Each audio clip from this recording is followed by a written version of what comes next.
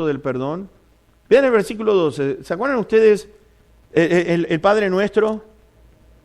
Y perdónanos nuestras deudas, como también nosotros perdonamos a nuestros deudores. Perdona nuestras deudas, como nosotros también perdonamos a nuestros deudores. Vayamos al capítulo 5 de Mateo y versículo 24.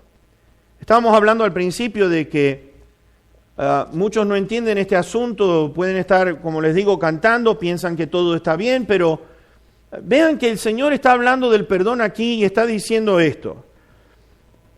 Vamos a leer el versículo 23 y 24. Por tanto, si traes tu ofrenda al altar y allí te acuerdas de que tu hermano tiene algo contra ti, deja allí tu ofrenda delante del altar y anda, reconcíliate primero con tu hermano y entonces ven y presenta tu ofrenda.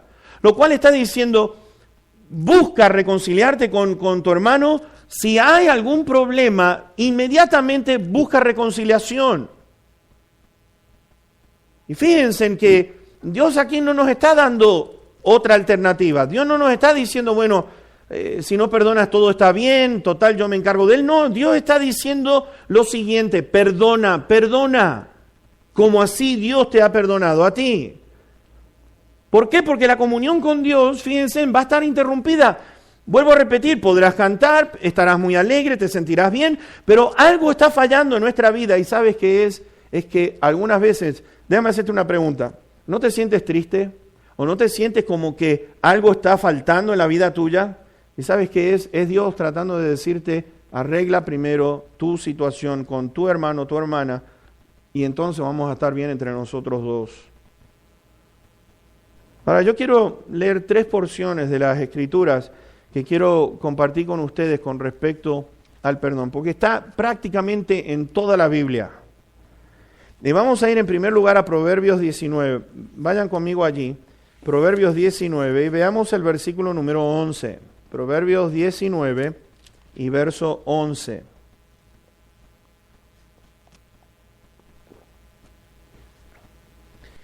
Y dice, la cordura del hombre detiene su furor y su honra es pasar por alto la ofensa.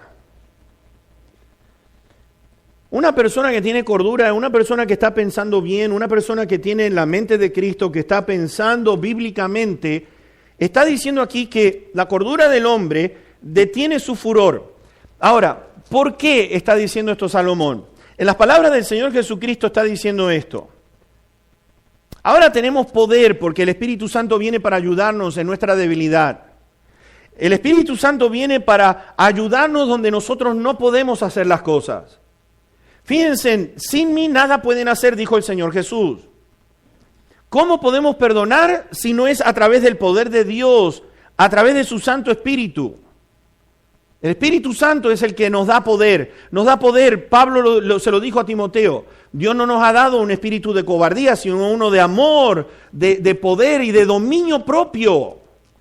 Es decir, el que tiene el Espíritu Santo, las situaciones, mis hermanos, hay dominio propio quiere decir que hay control, que no hay desbalance en nuestras emociones.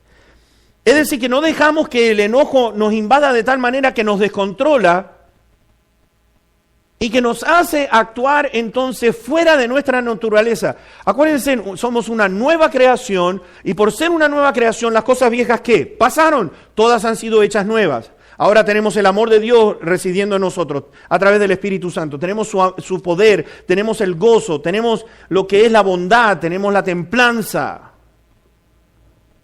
Y como nosotros tenemos eso, mis hermanos, entonces podemos darnos cuenta de que aquel que tiene ese dominio propio, la honra que tiene el creyente es pasar por alto las ofensas. Porque Dios ha pasado por alto nuestras ofensas. En el capítulo 24 y versículo 29 de Proverbios. Capítulo 24, 29. ¿Sabes? ¿Te has puesto a pensar en esto? La que me hizo. Y saben, a mí me causa gracia porque hay algunos que hacen esto, yo no sé qué quiere decir eso, pero te juro que hoy lo voy a reventar a esta persona. Y estamos buscando cómo nos exaspera tanto esa persona que estamos maquinando en nuestra mente. Oh, me las vas a pagar. Y vean lo que dice aquí, 24, 29. No digas, como me hizo, así le haré. Daré el pago al hombre según su obra. ¿Cuántos de nosotros no estamos en esa situación? Como me la hizo, se la voy a hacer peor. Se la voy a hacer peor. La tercera lectura, antes que continuemos, se encuentra en Colosenses 3, versículos 12 y 13. Colosenses 3, versos 12 y 13. ¿Alguna vez usted ha dicho, yo no tengo por qué soportar a esta persona? Lo hemos dicho en alguna ocasión. Vean lo que dice el apóstol Pablo. Vístanse pues como escogidos de Dios, santos y amados, de entrañable misericordia, de benignidad, de humildad, de mansedumbre, de paciencia. Y vean el verso 13. Soportándonos unos a otros y perdonándonos unos a otros si alguno tuviere queja contra otro. Ahora, ¿por qué? De la manera que Cristo nos perdonó, así también háganlo ustedes. Ese asunto, no, yo no lo soporto y ahí se quedó, no va con el creyente. El creyente está lleno de lo que es la entrañable misericordia, de benignidad, de humildad, de mansedumbre, de paciencia, mansos porque Dios me lo está pidiendo. Estamos siendo lo que es de humildad porque hay algo que tenemos que entender en lo siguiente. Déjeme hacer una pregunta. ¿A quién de nosotros designó Dios que seamos jueces? Que digan, mira, tú vas a ser juez. Yo no veo.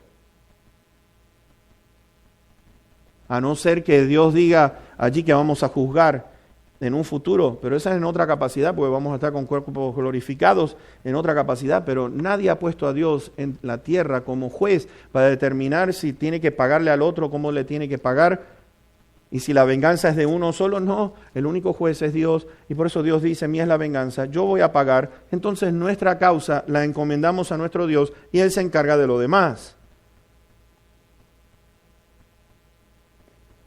Ahora yo noto que muchos de nosotros tomamos la actitud del joven rico. ¿Se acuerdan ustedes del joven rico que vino a preguntar al Señor, ¿qué tengo que hacer para tener vida eterna?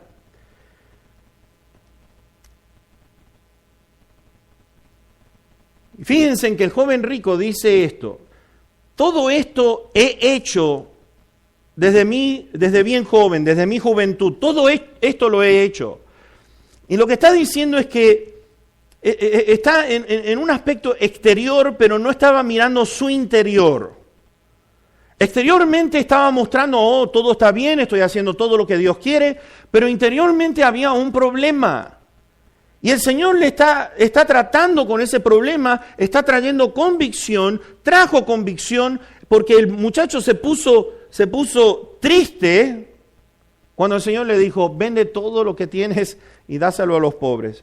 ¿Cuál era el problema? El problema que él tenía un problema de codicia y no quería soltar lo que tenía. Ahora vemos aquí que dice allí en Mateo 18:24, y comenzando a hacer cuentas. El rey comenzó a hacer cuentas. ¡Wow! Este señor lo llama a y le dice, vamos a ver qué es lo que hay. ¿Se dan cuenta que este hombre no vino por su cuenta? Él no vino al Señor a decir, bueno, Señor, te debo tanto. Él no le vino a decir, Señor, esta es la deuda que yo tengo, vengo a darte un poco. No, fue el rey que lo llama para dar cuentas. Y Dios lo que está mirando es que podamos nosotros ver nuestra condición, porque cuando venimos delante de Dios, Dios nos llama a dar cuentas a Él. Nos vamos a mirar y a observar una cosa. ¿Y qué es? Versículo 25 dice, a este como no pudo pagar. No pudo pagar. El castigo era bien severo, muy severo. Métanlo en la cárcel, a él, su esposa, sus hijos. No me importa nada hasta que pague toda la deuda. Fíjense en que este hombre no se queja, no se defiende. Y las implicaciones espirituales que vemos aquí en este pasaje, podemos darnos cuenta de que el lugar donde debemos de pagar por nuestros pecados es el infierno, nos correspondía el infierno. La deuda estaba tan en rojo, que estamos en bancarrota, que lo único que merecíamos nosotros, el ir a la cárcel, aquí representa, de allí no sales más, está hablando de ir a un infierno donde no hay manera de salir de allí hasta porque estamos pagando precisamente el precio por nuestro error. Y la inhabilidad de poder pagar trae una angustia, ¿no es cierto? Aquel hombre le está diciendo, ten paciencia conmigo. Este hombre está aterrado, está asustado por la sentencia de este rey. ¿Y qué es lo que hace? Señor, tenme paciencia, yo te lo voy a pagar. Dame tiempo, yo te lo voy a pagar. Cuando sabe que no puede pagarlo.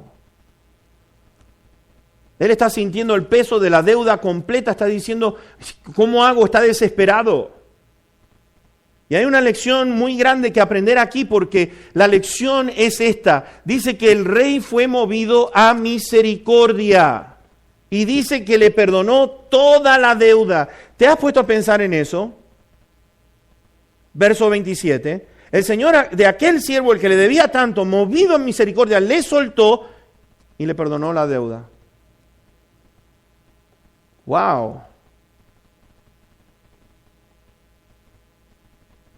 ¿Qué me dice esto?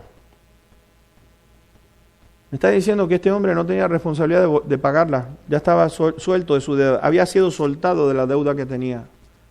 Ya no tenía responsabilidad con ese rey. No tenía ninguna obligación.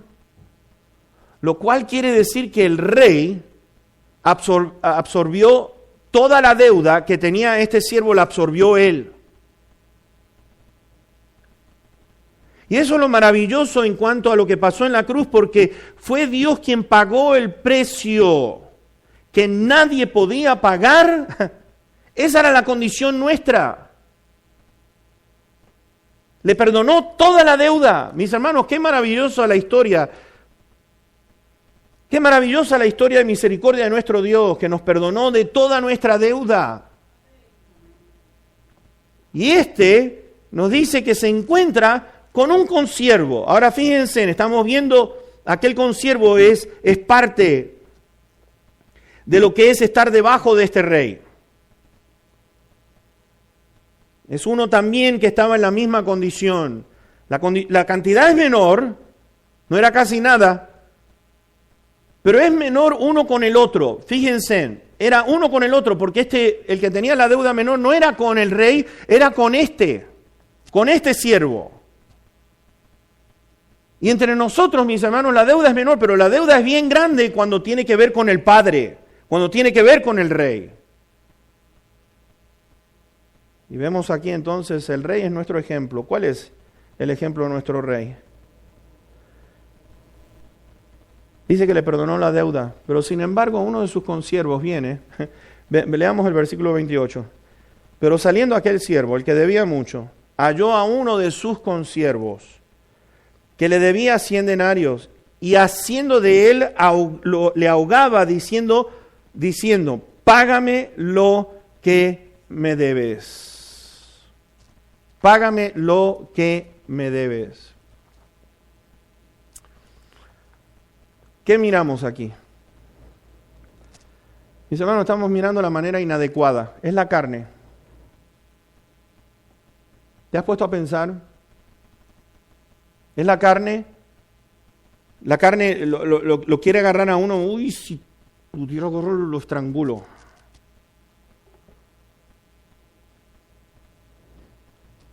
Una deuda menor. Sin embargo, el rey no lo tomó del cuello, porque podría haberlo hecho. Pero el rey no lo toma del cuello. Y le está diciendo, la deuda tuya es muy grande. No lo estrangula y no le está exigiendo, págame todo lo que me debes.